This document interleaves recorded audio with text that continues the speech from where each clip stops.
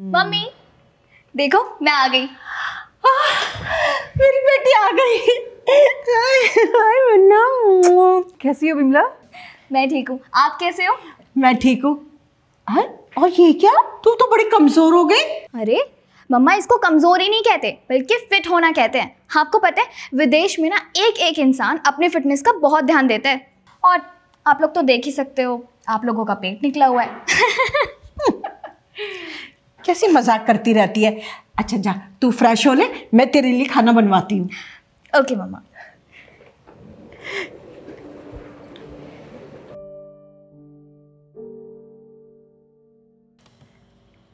खा लो खाना। ये क्या बना दिया आप लोगों ने? आज मम्मी जी ने तुम्हारी फेवरेट सब्जी बनाई है अपने हाथों से। Oh my God, आप लोगों को नहीं पता क्या, मैं ये सब नहीं खाती। अरे मतलब इतना ज्यादा ऑयल कौन डालता है खाने में, और इतना अनहेल्दी खाना आप लोग कैसे खाते हो? अरे बेटा, तेरी पसंद का खाना बनाया है और भूल गई? तू बचपन में कितने शौक से ये सब खाया करती थी। आई नो मम्मा, लेकिन बचपन की बात अलग थी और अब की बात अलग है। मैं ये सब नहीं खा सकती, इतना ऑयली और अनहेल्दी फूड तो मैं बिल्कुल नहीं खा पाऊंगी। अब आप एक काम करो, मेरे लिए सैलेड कट करवा दो। बस सलाद? अरे बेटा, तेरी पसंद की इतनी सारी चीजें बनाई हैं और तू कह रही है कि मैं भूखी सो जाऊंगी। मम्मा मैंने कब कहा कि मैं भूखी सोने जा रही हूँ? सैलेड तो खा रही हूँ ना। और वैसे भी विदेश में ना डिनर के वक्त हर इंसान सैलेड ही खाता है, और मैं भी वही खा लूंगी। आप मेरे रूम में भिजवा देना, बस मुझसे नहीं खाया जाएगा इसे। बहू, तू खाना खा ले और सबको भी खिला देना। अब होता है, आदतें बदलती रहती हैं।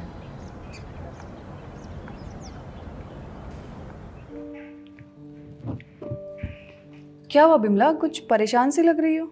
भाभी मैं परेशान ना हूँ तो और क्या करूँ। आपको पता है इंडिया में 20 दिन के लिए रहने आई थी मैं, और एक एक दिन गिन गिन करके गुजारना पड़ रहा है मुझे। मतलब इतना मुश्किल हो गया है मेरे लिए कि मैं क्या बताऊँ। अरे वॉशरूम से लेकर के हॉल तक मुझे गंदगी नजर आ रही है। आपको मालूम है विदेश में जो गंदा वॉशरूम होता है ना, वो भी यहाँ के साफ वॉशरूम से कई गुना ज़्यादा साफ होता है। पर बिमला, आज सुबह ही मैंने पूरे घर की साफ सफाई की है।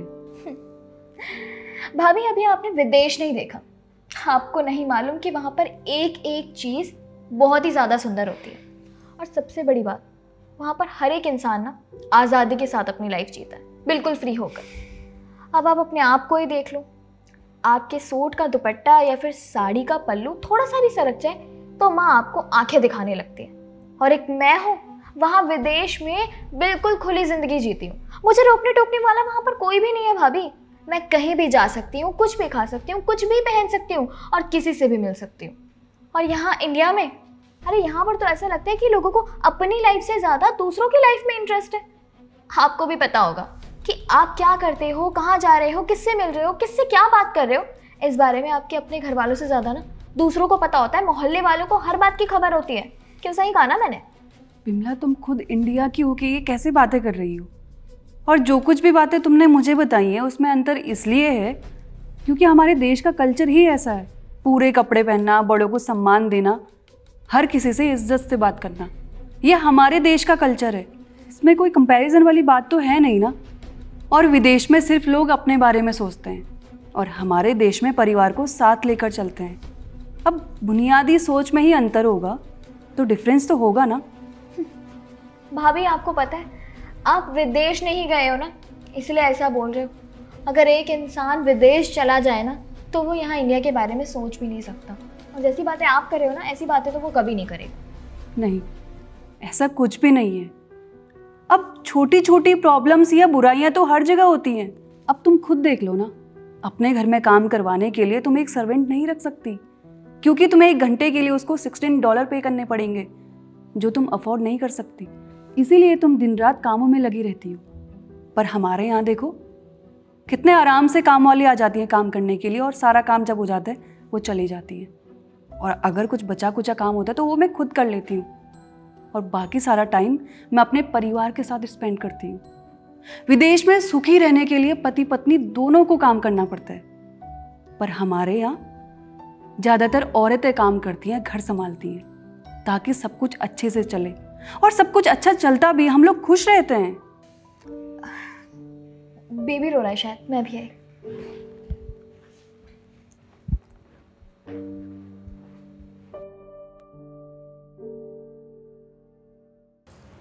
अभी सो रहा है। मम्मा, वो भाई आएंगे ना ऑफिस से, तो उनको बोल देना कि बच्चे का कोट लेते आए। बेटा ये कोट क्या होता है?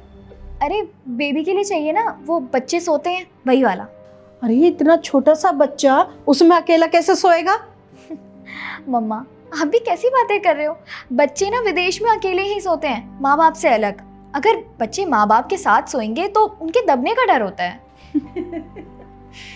किसने कहा तुमको कि बच्चा माँ बाप के साथ सोकर दबता है? भाई हमारे यहाँ तो बच्चा अपने माँ बाप के साथ ही सोता है, और आज तक तो हमने कभी नहीं सुना कि बच्चा अपने माँ बाप के साथ सोकर ही दब गया। विदेश में क्या माँ भांग पीकर सोती है? नहीं भाभी, ऐसा तो नहीं है, लेकिन विदेश में ना ऐसा ही होता है, वहाँ पर चीज़ें ऐसे ही वर्क करती हैं। ठीक है, जैसी तेरी मर्जी। तेरे भाई को बोल दूंगी, वो लेकर आ जाएगा। अच्छा ये सब बातें छोड़िए, बिमला तुमको पता है मम्मी जी तुमको कितना मिस करती है, कितना तड़पती है तुमसे मिलने के लिए। कभी कभी तो मैं सोचती हूँ कि काश तुम भी यहीं रहती तो हम लोग मिलते रहते। What? भाभी ये क्या कह रहे हो आप? मैं और यहाँ पर कभी भी नहीं। अरे मैं 20 दिन के लिए तो आई हूँ मुश्किल से, और वो भी गिन गिन कर कैसे काट रही हूँ सिर्फ मैं जानती हूँ कि मुझे कितनी प्रॉब्लम हो रही है यहाँ इंडिया में रहने में। अगर मेरा बस चले ना भाभी, तो मैं कल की ही रिटर्न टिकट करवा करके वापस चली जाऊँ विदेश। मुझसे यहाँ नहीं रहा जा रहा। और भाभी आपको ये बात कब समझ आएगी कि विदेश की भारत से कोई तुलना ही नहीं है। वैसे मुझे तो लगता है कि आप जानबूझकर कह रही हैं ये सब। जलन होती होगी ना आपको, जलती हैं आप मुझसे। आपको अफसोस होता होगा ये सोच करके कि इस घर की बेटी इंडिया से बाहर विदेश में जाकर के रह रही है और आज़ादी के साथ अपनी ज़िंदगी जी रही है, अपनी मर्जी से सब कुछ करती है वो वहाँ पर। और एक आप हैं जो यहीं पर हैं और सिर्फ रोटियां बनाती रह गई हैं। बिल्कुल भी नहीं। और मुझे अफसोस क्यों होगा? और किसने कहा तुमसे कि मैं सिर्फ रोटियां ही बेलती रहती हूँ घर पे? मैं वर्क फ्रॉम होम भी करती हूँ और अपनी ज़िंदगी में बहुत खुश हूँ मैं। Wow, work from home. भाभी मुझे एक बात बताइए, इंडिया में कुछ घंटे काम करने का आप लोगों को कितना पैसा मिलता है? आई एम श्योर ज़्यादा नहीं मिलता होगा। मतलब कितनी ही सैलरी मिल जाती होगी आपको? विदेश में आपको 1 घंटा काम करने का ना $16 मिलता है। और यहाँ का क्लाइमेट, अरे इंडिया में इतनी ज़्यादा गर्मी है, उफ, मैं तो रह ही नहीं सकती यहाँ पर। जब से आई हूँ ना एसी से बाहर जाने का मेरा मन नहीं करता। बाहर जाती हूँ तो ऐसा लगता है जैसे आग में तप रहा हो इंसान।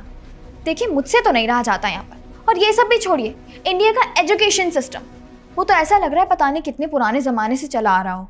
यहाँ पर यूनिफॉर्म के नाम पर बच्चों के साथ ज़बरदस्ती की जाती है। मतलब हद होती है मम्मा। आप खुद सोचिए ना, विदेश में कभी देखा है आप लोगों ने? स्कूल में बच्चों के ऊपर इस तरह से ज़बरदस्ती नहीं की जाती। बच्चे आराम से अपने मन से उन्हें जो पसंद हो, जिस चीज़ में वो कंफर्टेबल हो ना, वही पहन करके जाते हैं स्कूल। उन्हें पढ़ने में भी आसानी होती है।